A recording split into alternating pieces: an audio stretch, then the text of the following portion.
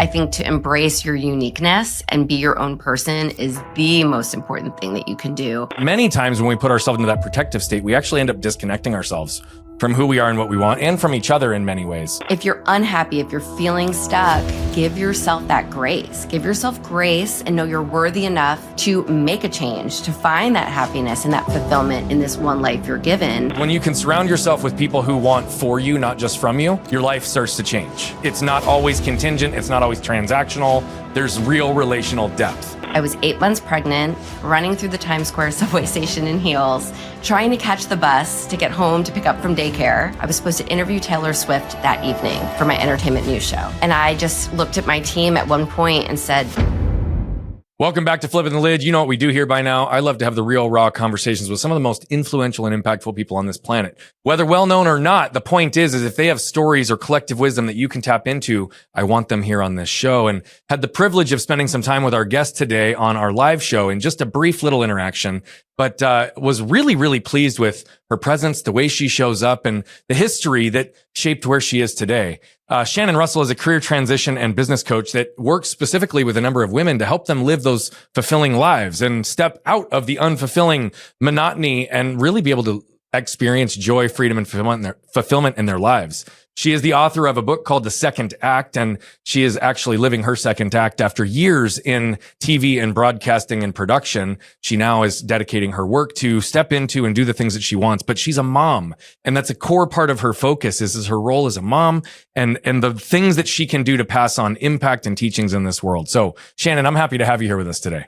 thank you so much, Brian. I'm excited to chat with you again. Well, the only question I ask on both of our shows outside of the introduction is, who are you in your words? I am a mom, first and foremost, and I am trying to inspire them to be the best versions of themselves and know that they can do absolutely anything. So I think that's my main goal. Well, I love how short and succinct it is, and that the who is 100% focused in your role as a mother. And yet there are many things that you do in this world that also are beyond just your boys. But since you started there and that was so core focus for you, I want to start there. Tell us a little bit about your experience as a mother so far, and what has being a mother taught you about yourself?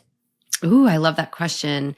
You know what? It's made me learn so much about myself, because I think in becoming a mom, which is something I always wanted, was on my list from when I was very, very little. And then seeing that I became a mom to my first son, and my whole world changed. And that is what led me into leaving my television career and opening a business and then writing a book and doing this and doing that.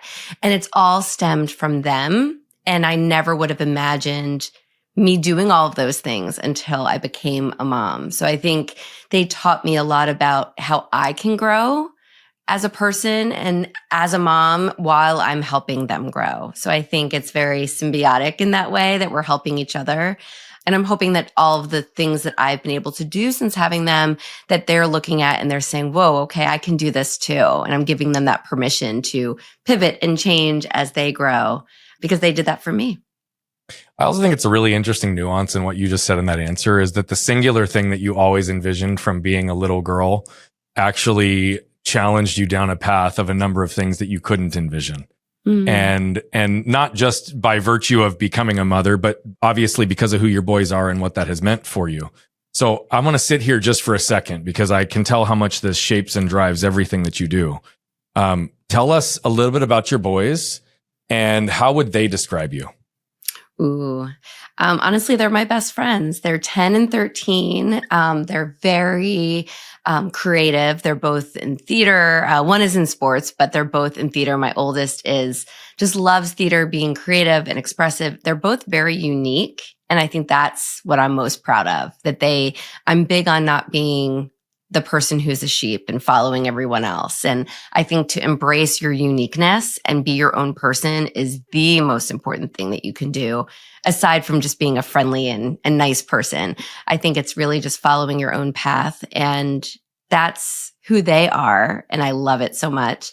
And I think they would say to me is that I'm a go-getter. Like, they've seen me, at least my oldest, go from TV into entrepreneurship and this and that, and constantly evolving. And they're very proud of me for all of that. So I find that a lot of us who do the work that is designed to help other people later in our lives are often creating solutions and pathways to help not only our kids, but the people that we help in ways that maybe we didn't have all that same support. Right. And so I even hear the authenticity and the focus that you have in allowing your kids' uniqueness to shine, right? Versus fitting within the box of who the world is telling them who to be. You're helping them define and create their own box and live proudly in it. I would say that's very aligned with my wife and my parenting style. And we have an 11 and a 10-year-old. So we're like right in the same mix as you, right? Good, yes. And so fully can appreciate even all of what you're talking about. But take us back to your experience. And I'm not looking for you to, throw anyone under the bus or say anything that doesn't feel authentic to you, but look at those early years for yourself and describe for us how much you felt you had the opportunity to really live within your uniqueness and to actually chase and understand what that looked like earlier in your life versus how you're raising your boys today. I was the black sheep in my family, in a sense. I have the most amazing supportive family. So my parents are incredible, but they had me at 20 and 21. They got married at 18 and 20. And so their life was completely different than the life of that they gave me. And they've worked blue collar since this, day that they got married and bought their first house and had us. So I think for me, wanting to leave my hometown, I was the first to go to college, the first to leave my town in my family, of all my cousins and everyone. And so for me, it was always Hollywood. That's where I wanted to go. And I grew up in a small town in New Jersey. And so I think the fact that I always wanted that since I was probably 5 years old, I was the black sheep, the one who just thought outside of the box.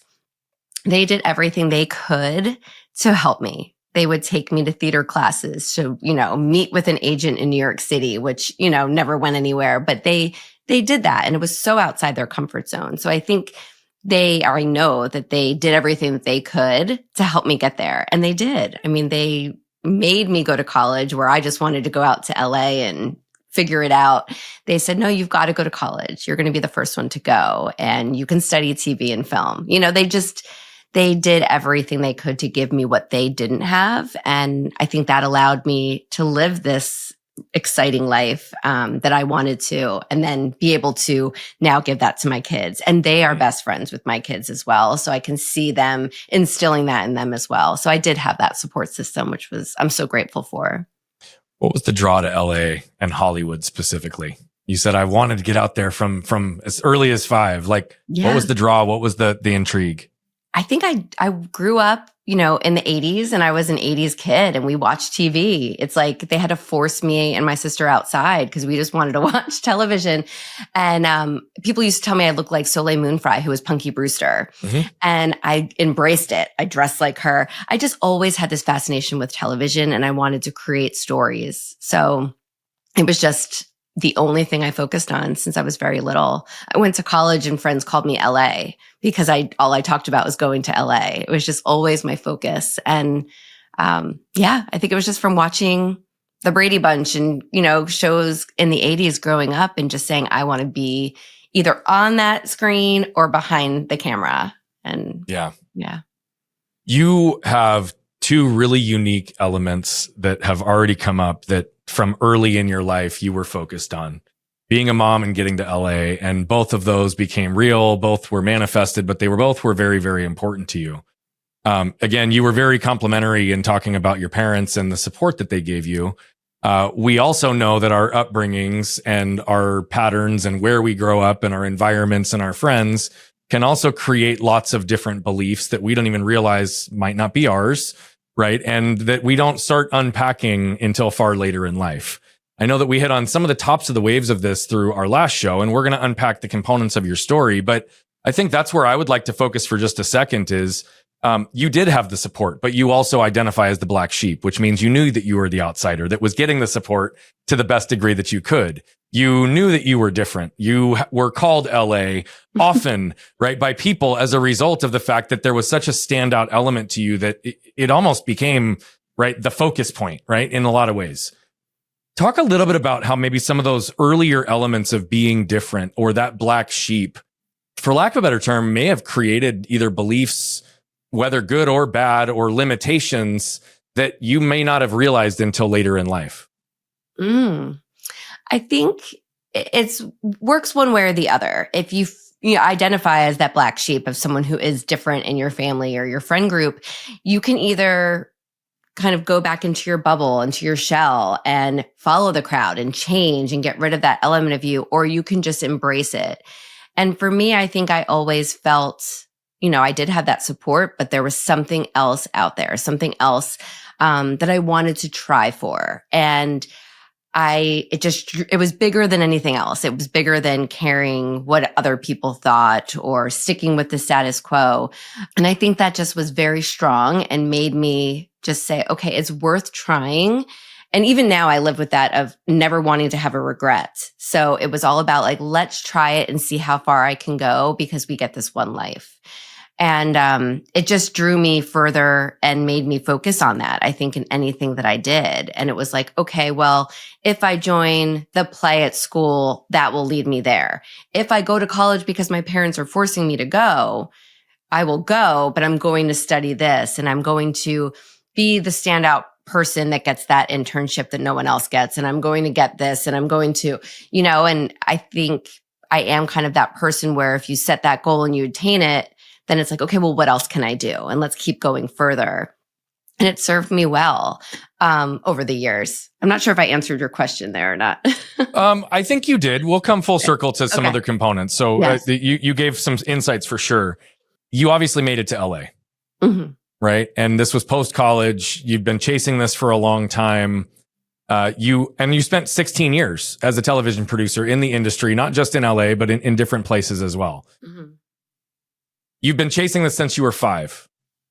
You moved to LA. What was your first 6 months like? What was the expectation versus the reality? And how quickly did you get ingrained in the environment? Well, I began my career the first couple years in New York City. So it was very different than LA. I moved to LA with a coworker of mine from New York, and it was completely different. I mean, it was nothing like I thought. It really was a bunch of kids just trying to figure it out, which was incredible. But it was, learning your way around because now you're driving and you're figuring out where the areas are, where you have to go and getting that first job and just, I'm right on top of that, Rose. I'm figuring it out. I'm going to yes, I can do it. And it was just constantly just trying to realize that your reputation drives your career. So who you are gets your next job. And so it was always making those connections and really go, go, go. And I think within the first 6 months, I was able to get my first jobs right away. But then it's like, okay, here's the pressure because now I'm here and it is pressure. I'm 3,000 miles away from home and starting this whole new life. So I have to keep it going. So there was always that pressure. And because the industry is very gig based, you go from one project to the next, there's no stability. There's a lot of pressure on keeping your connections and dodging the shady people and, just figuring out your ways on your own as like a young girl in her 20s. Like it was definitely a lot to navigate and a big learning experience for sure, those first 6 months. Well, and I think what you just hit on is a reality for many as well. I mean, we've talked and we've heard so many times about this, chasing the dream out in Hollywood and all the people who go out there as musicians and actors and actresses or to get into the industry and, are always looking for opportunity and yet it ends up eating them alive. Right. Or they do get opportunities. And even what you just said, it's like, it's based on who you are. And yet I know a number of other folks that have worked in the industry for a long time that have said, the industry almost expects you to become someone who isn't you in some ways. And so there's this molding and blending into it as well. You are real in the sense that you talked about how much you struggled in moments. And we'll go there and unpack that a little bit. You also have talked about how clear you were in chasing who you are and what you wanted in your whole life. But yet then there's this pressure to step into and become the name of LA, to fulfill your childhood dreams, to your whole family who identified you as the black sheep, and yet you're chasing this dream anyway. Like what and how did those pressures show up for you? How did you experience them? How did you identify them and start to move through them so that you didn't lose yourself in LA? Well, there were some experiences probably in the first 6 months or so where I remember working on a couple of shows. I worked at a production company and for my first project out there. And then I went on to another show with that company. And I'm realizing that as a woman, female producer, there were men that would come on that I would hire that I didn't know, but hire throughout the process because I was so new, and that they would be under me, but get on set and they were trying to outshine me and do my job. And I had to face this at this company. And it's bubbling up to the top, just having this conversation with you of realizing like, is this how it's going to be? How do I squash this situation? And I was the only female on that team. And when I brought this up to the executive producer, was told that, oh, that's not the case. He's just trying to help everyone out. And I just remember feeling so small on that particular show and being like, this is not what I want. And I left that company after that particular series. And I remember being like, okay, I don't want to feel like that again. I don't want to embrace people and be this friendly boss and get taken advantage of. And I knew after that experience to really be the boss and maybe turn off my friendliness to an extent to show my power and my level of where I was so that didn't happen again. And I didn't feel taken advantage of again. And that's where I started going, whoa, okay, so here's what I need to do.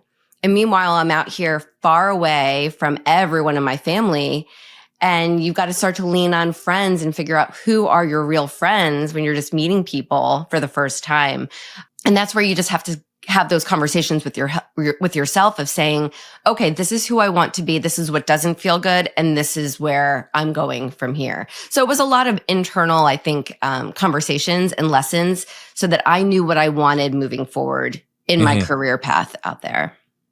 Well, and I think we've definitely heard of a whole variety of situations with males and younger females in LA that there's lots that can take place, right? Whether it's on the production side, otherwise. Oh, yeah. But what you're also talking about is a strong, confident, smart, but young female that's blonde hair and blue eyes and in the industry that is so focused on vanity to begin with. Yeah.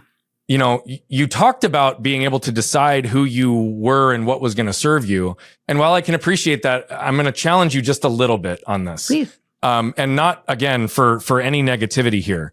You did say, though, that I had to almost let go of my nice self and step into this commanding self, which I would suggest is a layer of protection, right? To project the role that you want. And it's in some ways modeling what you believe is needed in the environment versus allowing all of you to just exist because the environment is safe enough for that to be the case.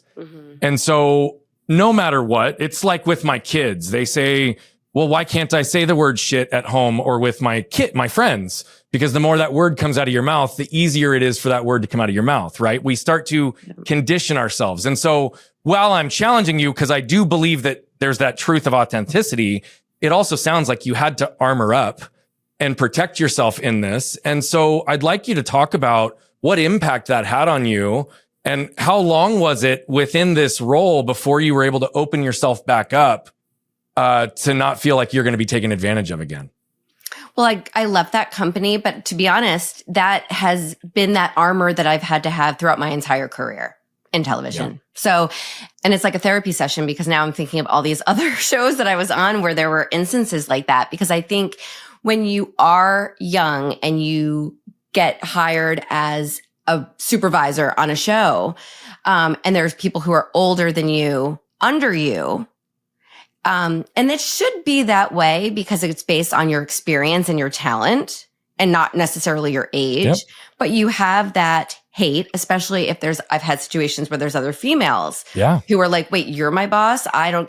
So you have to have that armor constantly. And I am too friendly to my own good, I think, and come off as like, oh, girl next door, you can walk over me. And I've had to kind of put that armor on at numerous different shows to, not be that and squash that and say, no, I can do this job and I'm going to do it and not worry about your feelings. So yeah, I think that was something that definitely came about. I did not experience that in New York when I was working for those first few years, But in LA, I noticed it big time. I think it's a lot more cutthroat in my experience in LA.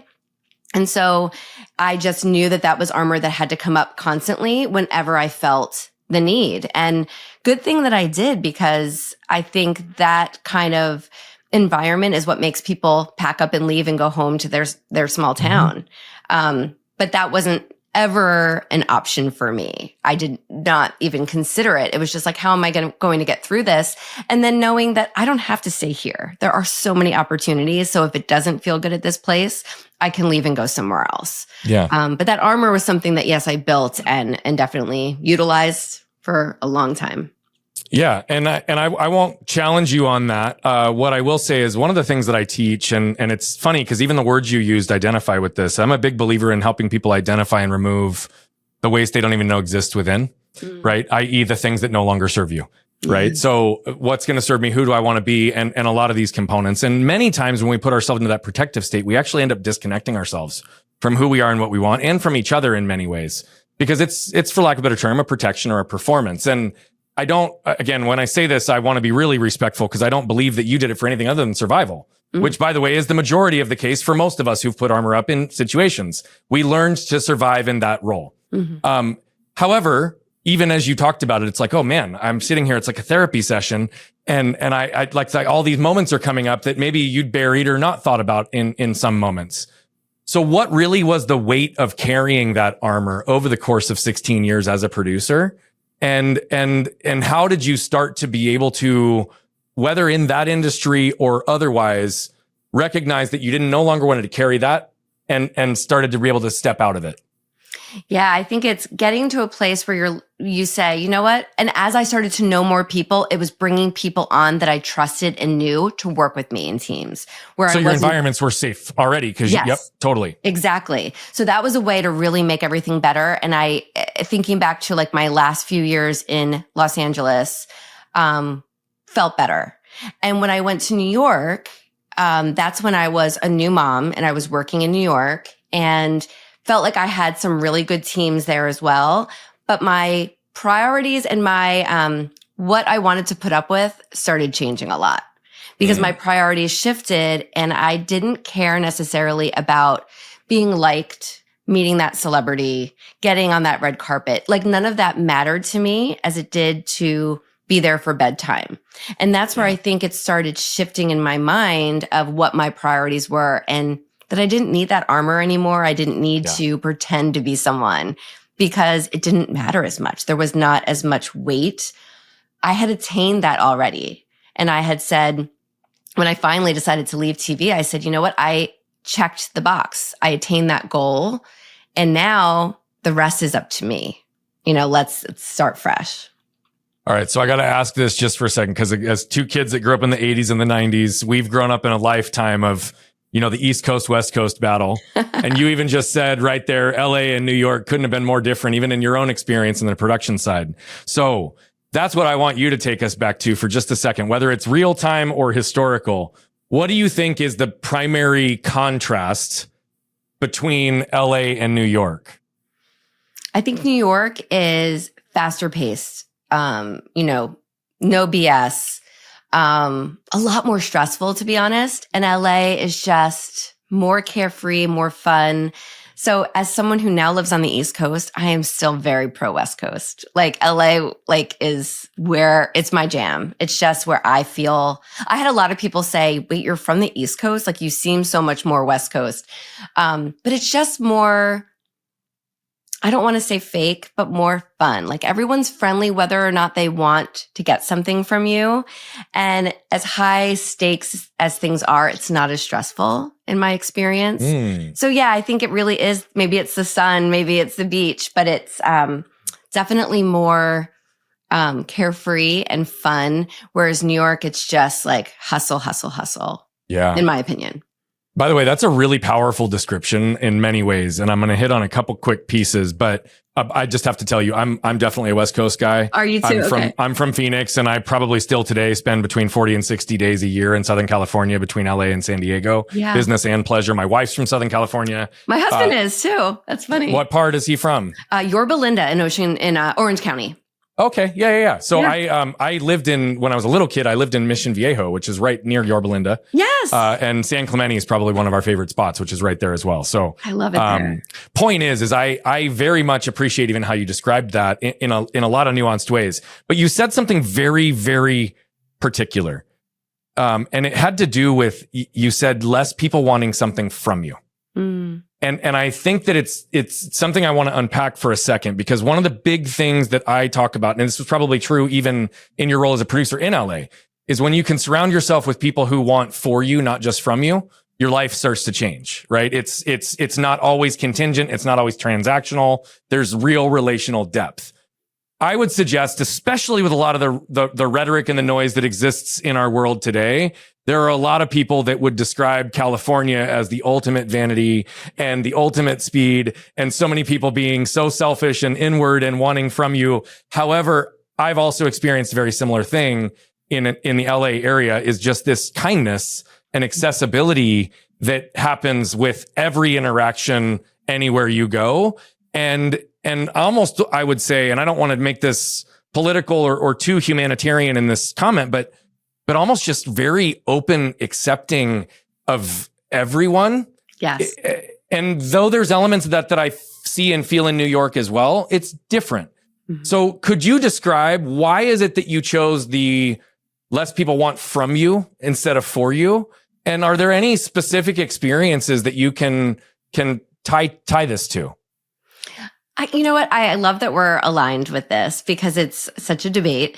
But I think it's that, you go to a restaurant and you meet a waiter. And it was always funny because my dad would always say, "Oh, I know you're an actor," to any waiter that was out there, mm-hmm. who was extra friendly.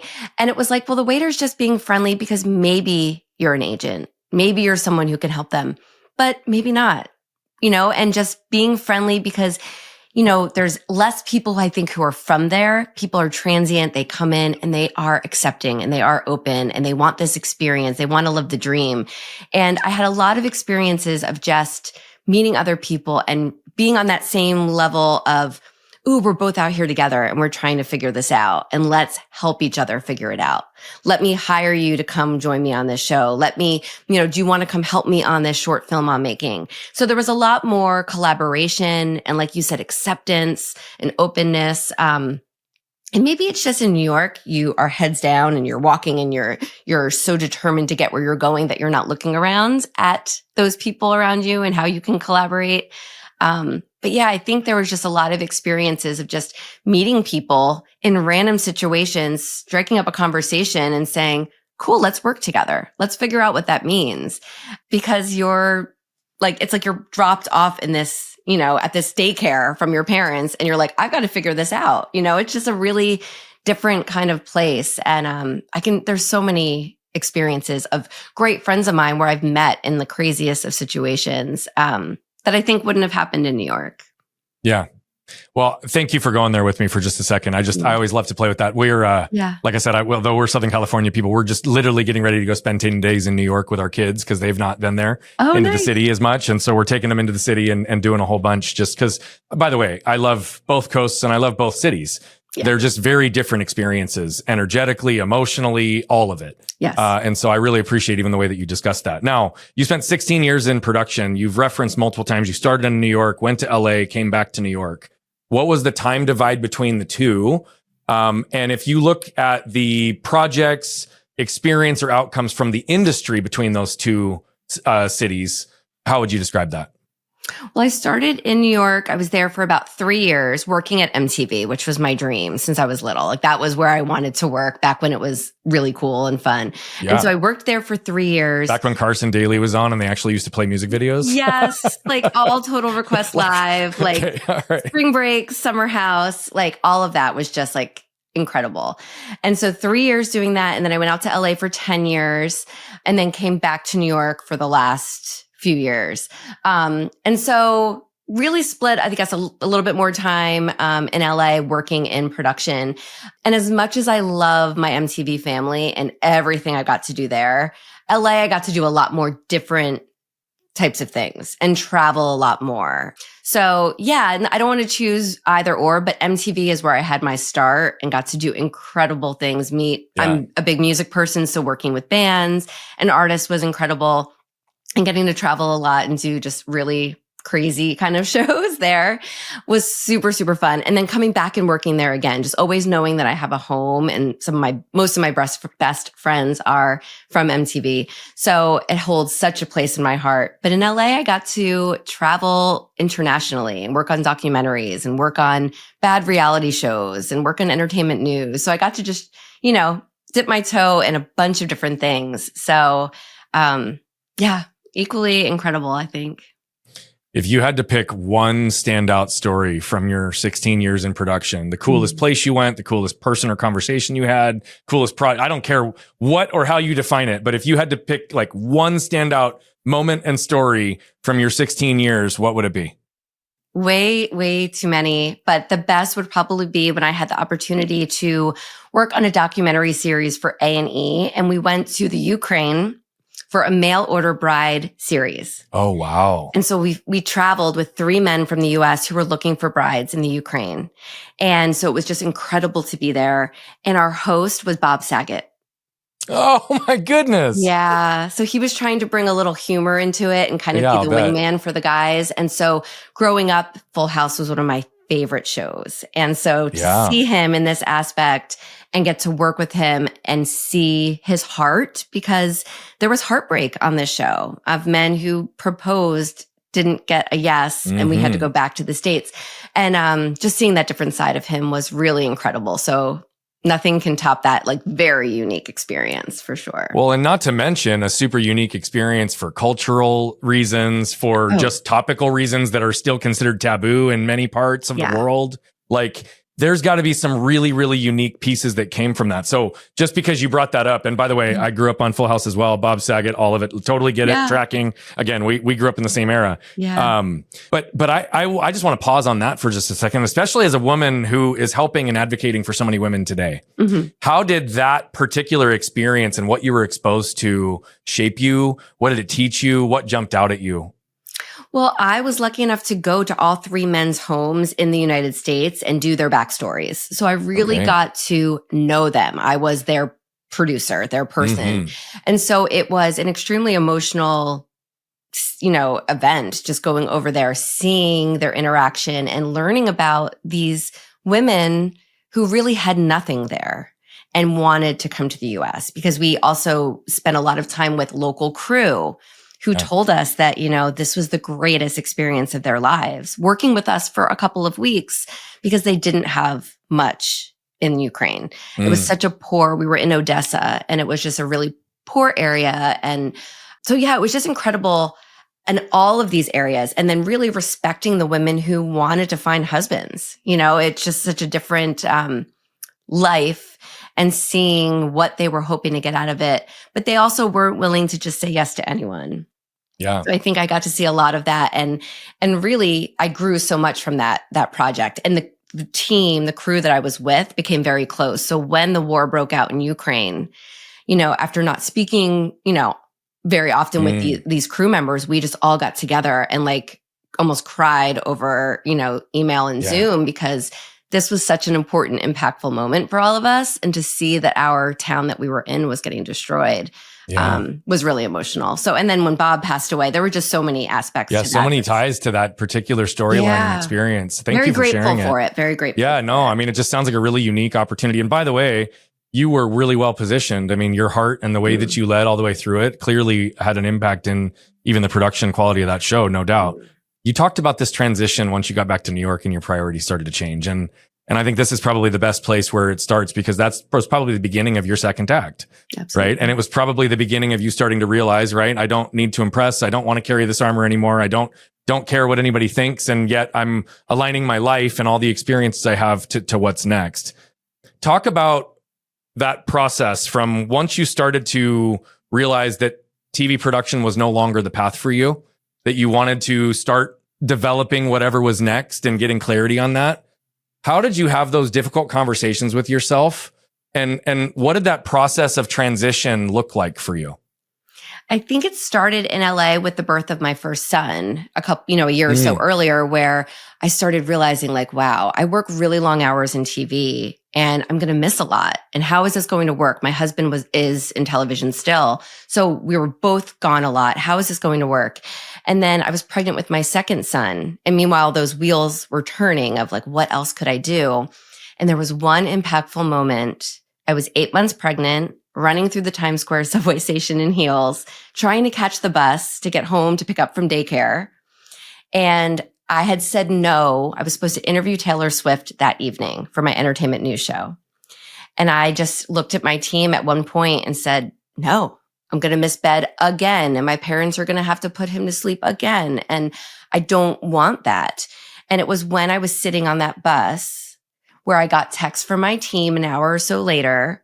And I wasn't jealous and I wasn't regretting my decision, where I said, whoa, like this is the moment that says I have had enough and I don't care for those fun moments anymore. I want to be home reading a book and having bath time. So I think that was when everything changed. And then I had my son a month or so later and my show got canceled during my maternity leave. And so I said, okay, I'm going to pick up the phone. And I just stopped myself and said, no, I'm not going to pick up the phone and get my next job. I'm going to figure out how to produce my life now and do something else. And that's where it all changed. I stopped myself from moving back into that lane and spent the next year or so figuring it out. It wasn't a quick, easy process. I took a 9-to-5 job and thought, I'll do that. It's responsible. I'll join a graduate program. I'll become a teacher. I'll get my master's because that's stable and predictable. None of it fit. And so it was after a year or so of figuring it out that I finally said, I'm going to open a business. I'm going to use my producing skills and build a business. And that's where everything really started to move forward and change. You know, there's a really interesting contrast to you and what I would suggest to be a number of people. You fit into what I would call the performer box. And what I mean by that is a high performer box, because you broke the mold very early. You chased your dream early, whatever you thought it was at the time. Right. And then what it also sounds like is, to some degree, when you took a step back from that, you also lacked clarity as to who you were and what you wanted. And you fell into, for lack of a better term, the path that many people never get out of, which is the safe path. I went and got a 9-to-5. I went and I started to like play the role. I started to do what I needed to do. I was checking all those boxes, as you say. Yes. And yet in that process, you also realized that wasn't it either. And so I think that's what I would like maybe for you to highlight is having accomplished and hitting the pinnacle of your career, in a sense, to be able to turn away. Right. Having believed this is what you wanted your whole life, having done it, having checked all the boxes, as you talked about, as you climbed in these roles in your production experience over 16 years. Now, all of a sudden, it's not for you, but you're starting over. And you're starting over, not just in whatever this next act is going to be, but largely in giving yourself permission to live in all the ways that you want from that point forward, while still trying to figure out what that means. And you're doing that with your kids and with all the women that you help today very effectively. But you talk about that 1.5 year journey, and you kind of skipped over the waves a little bit. But I actually want you to take us on the inner journey for just a second, right? What was happening with your identity? What fears were coming up? Where were you noticing yourself, protecting yourself in that realm? Where were you honoring who you were and what you wanted versus, maybe trying to fit more into a mold for safety? Like, genuinely, like, help unpack that, because that is the hardest window of time for anybody in the transition. And that if you can get through that, there's a whole lot of good on the other side. Yeah. But that's the mess that most people never are able to tackle. And it is a mess, exactly like you said, because I felt like, wow, I broke free. And not that it was bad. I always say, like, I loved everything I did. I just was in a different place in my life. It was just time to move. It was something different. Yes. Yeah. It wasn't aligned anymore. And so I was home with my newborn for a little bit. And then I said, you know what? I've got to start contributing back to my family, because we couldn't be a one income household. Or so we thought. And so I really was trying to figure that out. And there was a lot of guilt. The first, the identity piece, though, that you mentioned is very important and something I deal with my clients all the time about. And I chose, and I think I've always been, Brian, like a very self-aware person, which has helped me a lot throughout my life. And so I can have those conversations with myself. And so I chose to change my mindset when I did leave TV and say, okay, I'm not going to grieve that person I was. I'm going to celebrate that I accomplished it, celebrate it and say, okay, what's next? What's this next adventure? And realize that I'm still that same person. And I always say, now it's 8-9 years later that I could still go back and produce tomorrow. It's still a part of me. So it didn't go away. We're always still, we take that with us. So I think once I was able to appreciate that, I started figuring out, okay, now, let me get that 9-to-5 job. Let me see, well, that 9-to-5 job, I was told was going to be a project manager job, creative. Okay, project manager, producer, I can do it. Whoa, talk about the most toxic boss and work environment that I had ever experienced. And kind of like, well, who are you to be so toxic in this small suburban town? Like when I've dealt with like much bigger names, it was horrible, horrible, horrible. Whereas, acting like they were Tom Cruise, but they're just a nobody. Yes. And deciding that almost like I was a big fish and they didn't want me to swim. So it was like, you just stay there and type and do that and leave the creativity to us. And so it was a bait and switch kind of position as it was. And I was there for over 6 months, but the whole time I was working on my graduate school program because I was trying to go for a master's to be a teacher that I didn't want to be. And so I was trying to, I think, subside my guilt of not contributing to the family financially and not having that plan before I left, and trying to figure that out. But then realizing, no, like I think I got to the point where I only had a few more credits left in my master's program and they wanted me to go and student teach for 6 months. And I said, well, I can't student teach and not make any money and pay for daycare for 2 kids. Like it just financially wouldn't work. And so that's when I was like, I don't even want to teach. And so I decided I still was taking my courses thinking I'll complete it. But I realized at that point that entrepreneurship was what I needed to go through. And it was me crying in my car at lunch from that awful 9-to-5 job, listening to podcasts like Marie Forleo. It was something she said in a podcast where I said, I can do this myself. I can take everything and build a business. If I can build a television show and make it come to screen, I can build a business and bring it in front of customers and clients. So it was all those levels of figuring out my identity and figuring out how am I going to show up as a mother and a wife and be contributing and what am I doing with my life? But I'm glad I went through that mess of figuring it out because I could check it off and say, that is not what I want to do. That is not for me. Let me try this. And it has to work, right? It has to work. And having those conversations with my husband of I'm going to open a business and him being like, okay. And he came with me to meet, it was a franchise. So he came with me to meet the franchisors and he just saw that this is what I wanted to do. And gave me that okay and that support. And it went on from there. But yeah, there was a lot of mess in that middle. And I think a lot of what I tell my clients not to do. I say now, come up with a plan before you quit, before you end. Start researching while you're earning that paycheck. And I didn't do that. And I think that's where a lot of the extra pressure came on to me.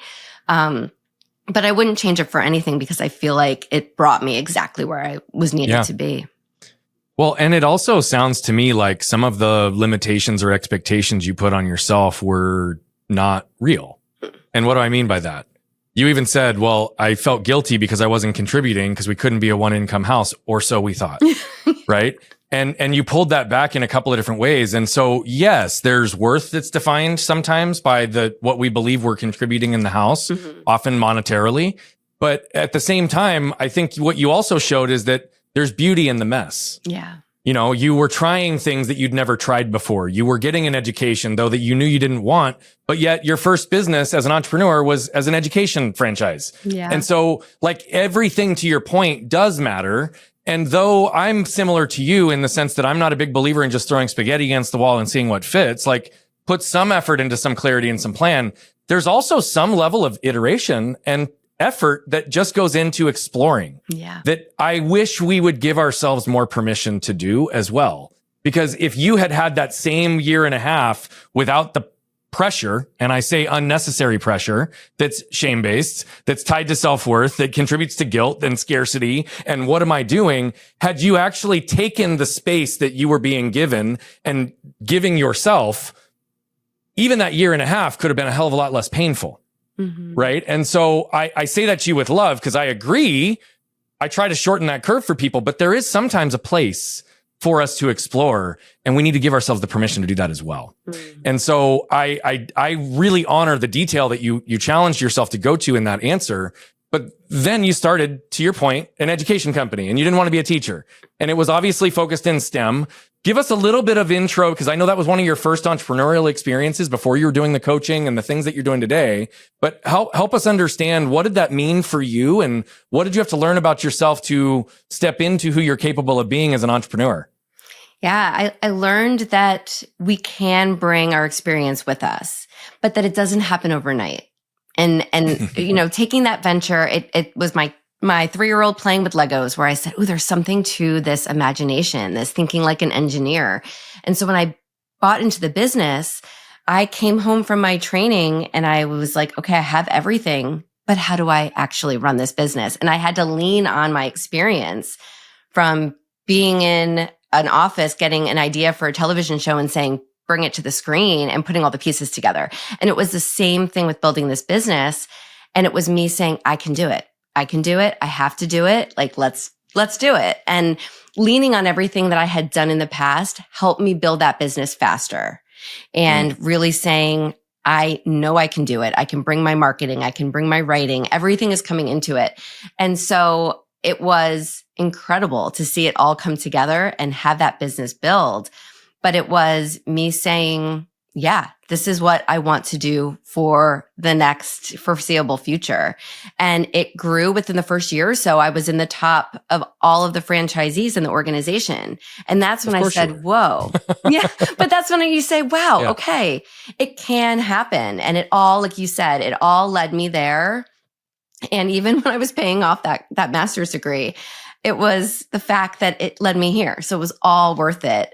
But whoa, I had to realize that it wasn't going to happen overnight. You were starting not from scratch, but I had to start from building this business that no one in my area knew about, getting the word out, getting the customers, hiring the team, all of it. But it was so much fun. And it was just so rewarding in every way. And how long were you in that business? 8.5 years. I sold it in 2024 successfully. Good for you. Yeah. Good for you. So you actually were able to see it, grow it, build it, and remove it. And it's interesting because your book is called Start Your Second Act. You obviously talk about this second act success, but it's almost as if this is your third act. And so I know exactly what you're discussing. But I had read a book a long time ago that was called The Second Mountain. And then I read another book called Necessary Endings. And there's elements of this that all become true, because it doesn't mean that your experience, your wisdom has to end. But sometimes for new beginnings, new opportunities, new selves to emerge, we need to make some of those difficult choices and to realize that the whole concept of the second mountain is that the effort to get to the second mountaintop is far less effort than it was on the original climb, because of all of what we've carried with us. Now, those are two amazing authors that contributed and have done great, but it's unique and different as it relates to your experience. And so what caused you to make this shift? When did you get into coaching, helping, and doing this, this effort and work that you are today? Just as an open-ended question, and then I'll dive deeper in a few other areas. It was a few years into my franchise business. I would be, in the beginning, I started teaching a lot of my classes myself. And so I was teaching, and customers would say, oh, you must have been a great teacher. What grade did you teach? And I would say, oh, actually, I was a television producer. And then that would spark the conversation where they'd say, well, can you help me make the change? I don't want to commute to Manhattan anymore. And so it came very organically, where I said, I'm going to help other women figure it out like I did, because I was completely alone in figuring it out. And so I started my business, and just really, and my business and my podcast at the same time, because I wanted to share inspiring stories of people who had, made a second act pivot, and I wanted to help other women. So I got a lot of my first clients as customers and people in my area that just organically knew that my business was really successful. And well, if she could do it, she can teach me how to build a business. So it happened really organically and almost took off a little faster than I had anticipated. And that's where I was trying to run both businesses with two boys and a podcast. And I was like, So that's when I started thinking about like, you know what? You want to build a business, get it successful enough that you can sell it when it's hot, when it's doing great. And so that's when I started thinking, you know what? Maybe there is an exit plan where I can then grow my coaching business even more. And I think at that point, my heart kind of shifted. I was able to help kids and families for so long. Now I really wanted to help other moms and women like me. So yeah, that's where it started, and it just kept growing. It's still growing. So I'm like you in a lot of senses that I had a very big chunk of time in my first career. It was 15 years, and then have been doing this. I did it side by side for about 5, and have now been doing it full time for 5. But it's interesting because I experience a lot of what you discussed, and yet though I had all the wisdom and experience from my prior life, I might as well have not had any of it in the first couple of years of it being full time. And I mean this with good insight, because as much as I thought I knew coming in, there was also a lot of areas that I was exposed to that I didn't have experience as much as I thought I did, or I found myself struggling in different ways, right? Learning how to exist in multiple different roles simultaneously and integrate the life that I want, again, with finally giving myself the permission to do so. To your point, it doesn't happen overnight, right? And so, and there is no final destination, because we sometimes still find ourselves in those moments of struggle or overwhelm. It exists. We're human.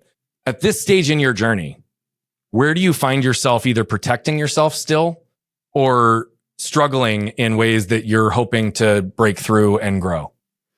It happens all the time. It really does. Like you said, it's times where you just say, oh, I just launched this program and it didn't take off quite the way I thought. Meanwhile, I have all these one-on-one clients. So you just are constantly trying to get your products and services out in front of people. And I think that's the part that is the hardest, getting in front of new audiences or getting in front of your perfect customer, your perfect client. So I still struggle with that all the time. And it's funny, you can think you're doing so great in one area and then, there's hiccups, or a launch doesn't go the way you wanted, or your freebie just doesn't attract to people the way you thought. So I think it's just constantly ebbs and flows. And it just comes back to saying, okay, I can close the laptop. I can walk away. I can read a book that's not business based. I can get my head out of it and then come back and with a renewed sense of self and start over. Because like you said, there's not an end. So this is ongoing business that's part of us. So you just have to know when to walk away when things are hard and take that breath and that pause. Yeah. And you teach obviously a lot of this, not only in your coursework, obviously through the discussions in your podcast and in your book. And so as we come towards the tail end of this interview today, I guess that's what I would ask is, why is it so important for you to enable and empower other women to do something similar to you? And if you were to look right in the camera and leave them with a closing message that you want every woman or man to hear, right? What would that be?